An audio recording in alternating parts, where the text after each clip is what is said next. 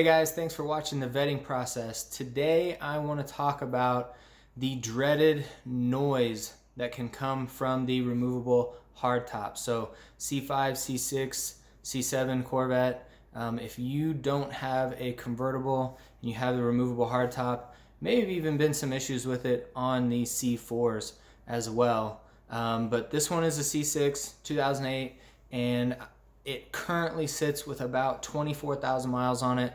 I drove it for almost 2 years and I started slowly hearing more and more noise come from the hardtop when I would drive it. And finally this last year, especially when the weather got cold, the noise came and did not go away. So every time I was hitting a bump of any kind, I was hearing the top make that noise that most people describe as like a popping sound or a crackling sound, creaking, something like that. It's very unenjoyable, not only for you, but especially if you have a passenger or something that's not used to it. They hear that noise when you go over a bump or a railroad track or something. They think, man, that sounds really bad. The car seems brittle or something is going on that shouldn't be going on. And they're right. So, your car flexes, right? Especially if you're in a performance driving situation, you're putting a lot of strain and flex on the chassis and the car as a whole. But if you don't have a fixed roof coupe and you've got the removable top, there are seals up there that are taking a lot of pressure when that flexing is happening. So they over time get worn out. They can even dry out. And you can see all kinds of solutions online. A lot of people talk about, reconditioning the rubber on the seals with some sort of silicone. There's also a lubricant that General Motors sells if you go to a dealer that specifically is for those pins that drop down in the holes above your sun visors. When you put your top on, you put the lubrication on there. It's supposed to help.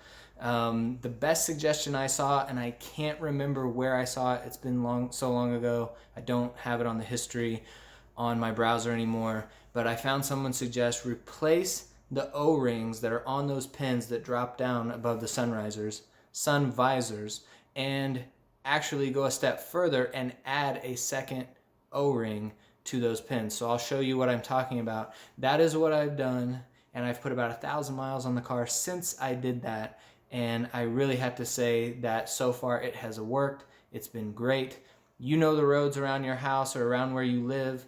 And if you have a car like this that's low to the ground, you memorize where the potholes are, where the bumps are, where the dips are. And I have some railroad tracks here close to my house that when I hit those, man, before I fixed the top, every time the top would flex and man, it would just kind of make a cracking noise and it just sounded so bad and I had to get rid of it. Now I go out over those railroad tracks all the time and it sounds just fine, and I have to say it is so much better.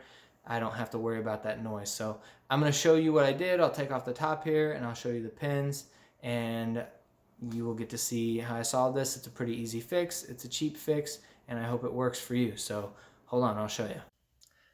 Hey guys, before we look at the O-rings, I just want to show you real quick something else you can do. You can always do. I don't know if when you shut these handles here to to seal your top down, secure it. I don't know if you have one handle that maybe is harder to push in than the other, but they can be adjusted. It just takes a Torx bit here. I don't remember what size Torx bit it is. It's probably a T20 or a T15. I can't remember. But you can adjust those as well, and that may help. They maybe have loosened up over time. So I tightened that when I put these O-rings on as well and treated the seals. So that may be something to think about as well. You can make them too tight to where then you can't get the handle down anymore. You don't want that, but they can be too loose, so maybe adjust that. Alright guys, let me show you what I've done with the O-rings here. So right here, like I said, on the front of the top, right where these pins go down in the holes above the sun visor, you'll see the O-ring on top, the thicker one. That's where the OEM O-ring goes, and you'll see I've put a smaller O-ring just below that, where that next step is in that pin. So man, it has worked well. It stays in place. It doesn't go anywhere. The larger O-ring on top, I went ahead and replaced. That is what they're calling a number 31 O-ring. I just got it up at the hardware store. I took the OEM O-rings in and sized them up. It looks like it's a number 31 O-ring that's got an OD of 9/16 and an ID of 5/16.